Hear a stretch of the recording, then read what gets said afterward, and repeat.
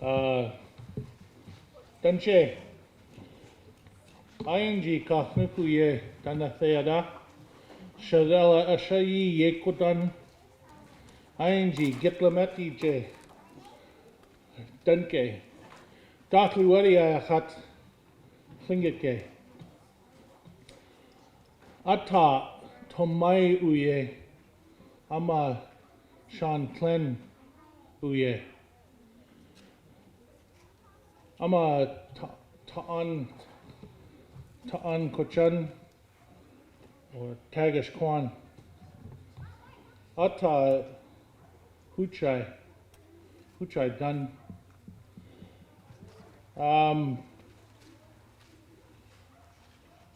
Welcome everybody to a very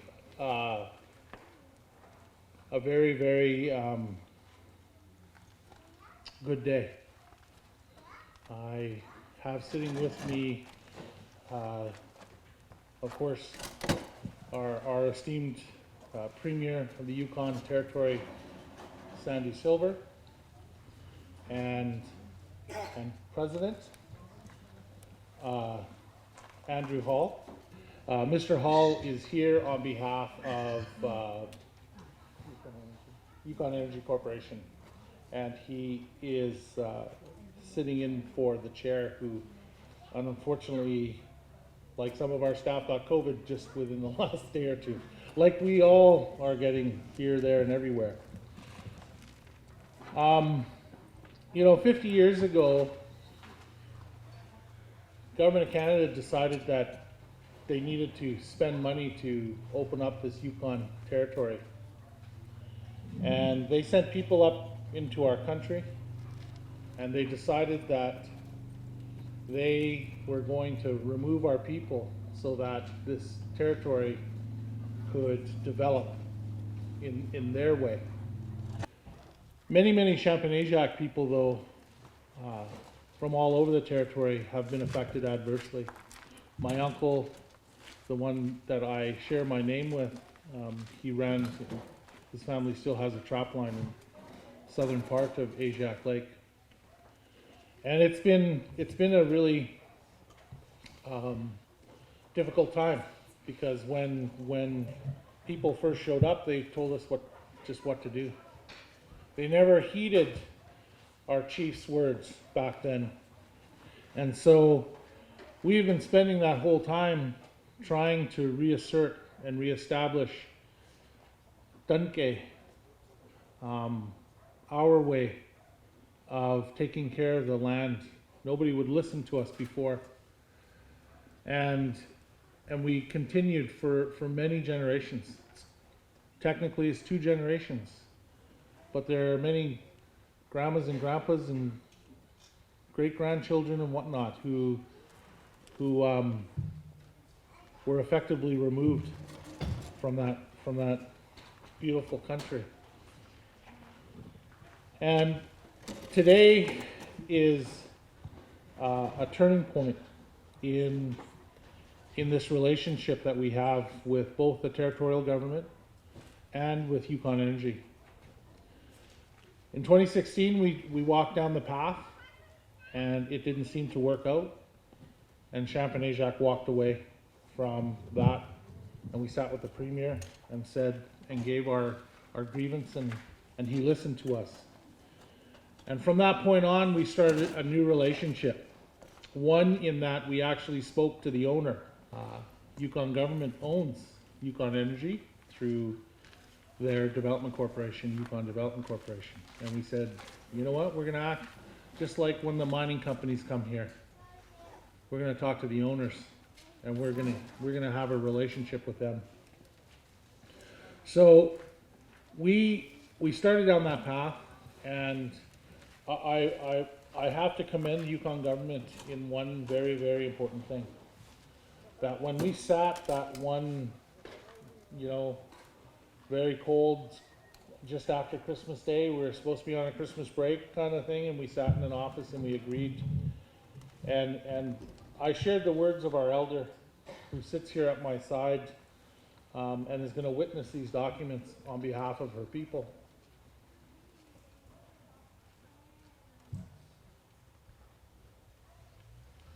And, you know, she's always expressed the same thing. We want to heal that country. We want to heal that lake so that our grandchildren can go there and do the same thing we did. We can hunt and fish in our own country. That was where, you know, that story has always been the core to what I have spoken to the Premier. And he's really listened. He's understood the words that I've spoken, which is that, you know, we understand what that facility, that dam does for this Yukon, but we need people to understand what we need as well. And today, it marks a new step in the path, I think, to true reconciliation, which is that you've heard us, and you have given us now more of a place to have a say in what is going to happen in that country. Dakai, our country.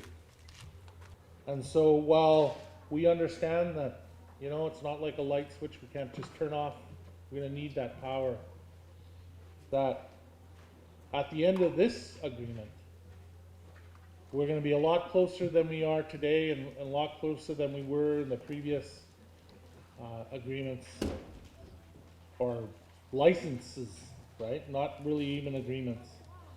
So I'm done. I invite both, first you, Mr. Premier, and then Mr. Hall, to say a few words if you'd like, and then I think we're going to finish with Margaret, if you want to say something. I want to say something. And then we'll do the signing. Okay. Thank you, Chief. Thank you very much, and thank you everybody for allowing me to be here today on the traditional territory of the Champagne and Aishihik First Nation. It is a very profound day, and it's not just a profound day for the citizens in this area, but for Canada in a lot of ways too. I owe a debt of gratitude to Chief Smith for sharing something that isn't, in his words, his to necessarily own, but it's his to make sure that I understand, and that's the traditional knowledge of the land that we're surrounded by. And those are difficult conversations to have with the head of a colonial government. You know, there's a lot of different pathways that as we talk to each other as friends, as we talk to each other as leaders, these conversations can go any way. It starts with what somebody maybe in the other side of Canada might see as a small neck of the woods, the Yukon, you know, the small population. Don't kid yourselves. What we're doing here today is extremely important, not only to the people here, you know, not only to you know, our future energy needs, but also the traditional uses of the Aishihik Lake area, Aishihik. So I hold my hands up to Chief Smith and his leadership. Thank you for sharing your knowledge with us. That was extremely important. We definitely have a focus on you know, our long-term energy uses and plans, and speaking about the importance of our clean future, you know, making sure that we work together to make sure that we hit our climate targets. This Aishihik project has been really the bulk of a lot of energy needs right across the Yukon for years and years and years. And for Chief Smith to come into our government and explain to all of the leaders the impact that has had on the people.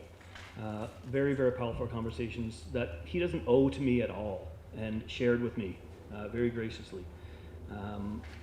It's these types of partnerships that really are going to help all of us heal, and I don't mean just in the Yukon, but right across Canada in these very, very interesting times that we live in. So I just want to acknowledge the hard work that was done by leaders, by officials, staff of Champagne and Aishihik First Nations. Thank you very much for all the work that you've done on this project, on these projects. We have a meaningful role of stewardship that is in front of us together. We're going to learn from each other so well. We're gonna take that knowledge and apply it to our lands, to our waters, and our resources moving forward in every single community of the Yukon. And a lot of that started with Chief Smith and with the conversations that we had here, and a willingness to work together with our government. So, Chief Smith, thank you very, very much. And to Champion and the Aishihik First Nation, thank you for allowing us to be here today and in your GA and presenting. So I look forward to signing this mountain of papers and getting on with our shared success inside of this agreement, and to make sure that generations of Yukoners get to a place where healing can begin again, and we can use the land the way it's supposed to be used. Listen. Mr. Hall? Thank you, and thanks for the invitation, Chief Smith, and the warm welcome to the Champion and Aishihik traditional territory. And what these agreements allow us to do is to make sure that the Aishihik Generating Station can continue to support our way of life in the Yukon, but also in a very important way, in a respectful way. And so what do I mean by respectful? Well, it's got to be a way that involves you, those whose land the hydro facility impacts. And it has to be in a way that prioritizes your interests and focuses on improvements and solutions over time. So the agreements we're signing today are examples of that partnership approach. And they create a process over time. I mean, Chief Smith talked about 50 years. I mean, that's what they talk about. And we can implement over time and learn from each other and really involve the three parties here, Yukon Government, Champion and Aishihik First Nations, and Yukon Energy. And as the Premier said, that's a different approach. I think that's the first time that Yukon Energy has entered into this kind of three-way partnership. So I think it's the way of the future. And over the long term, it allows us to clarify and look and consider those interests, learn more from each other, and implement best practices as they develop. So, today's a huge step in the right direction. I've been involved in this, the relicensing, which is a piece of this, and the first few years were difficult, very difficult. But I think we've turned a corner, and I really appreciate those in the room for that.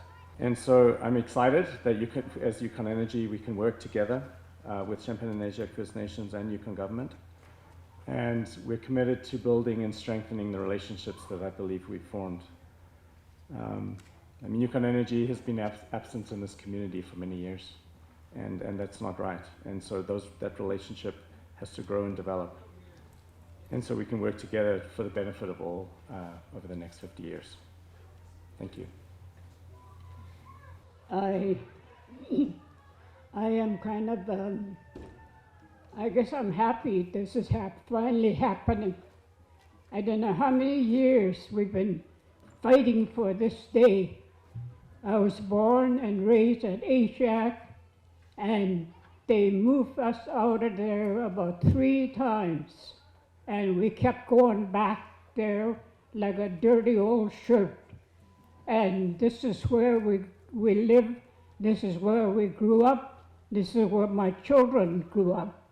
So we've been really, really fighting to get this day to come to this table with the government, with an agreement that they will protect our home for our future generation. And I am glad that we had a few elders that were sitting around helping us, but they're gone now. But we had younger generation coming on board. And I would like to thank you very much for your support. Thank you.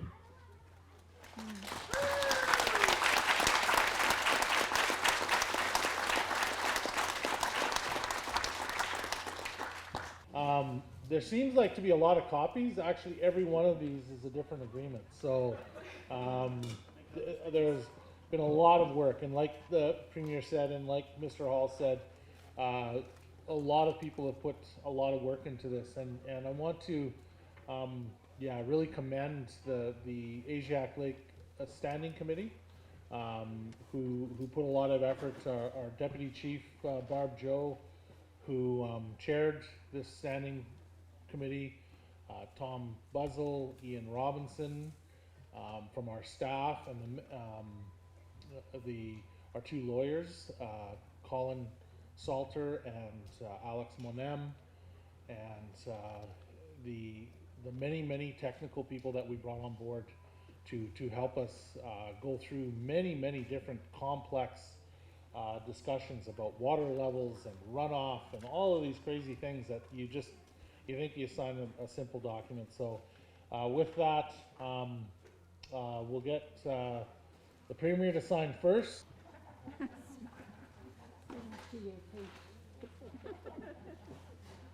Yeah.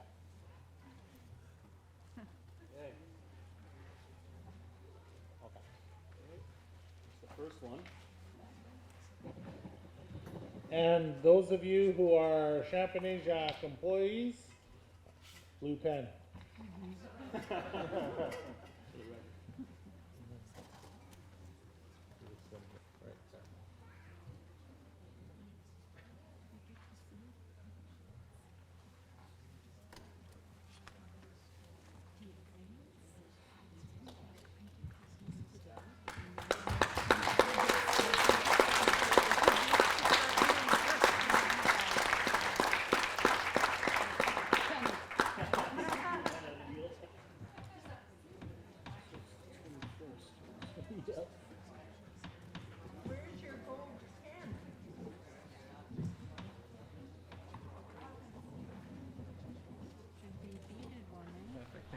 All right.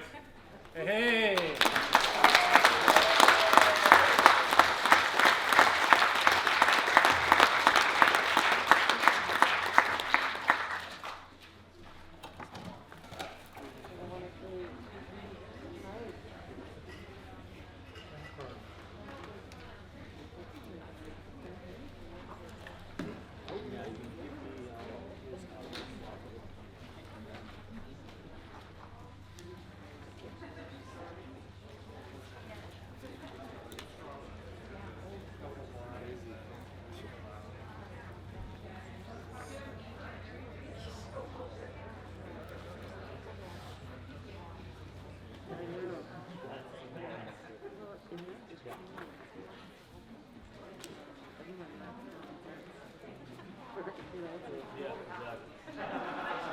Yeah, he's done that.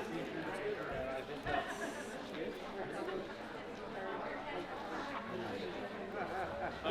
again, thank you everybody for witnessing this great occasion, and thank you, Mr. Premier and Mr. Hall, for being in our country, and we hope that your visit here is both safe and that you come what you came for, and that we pray that your travel home is safe as well. Thank you.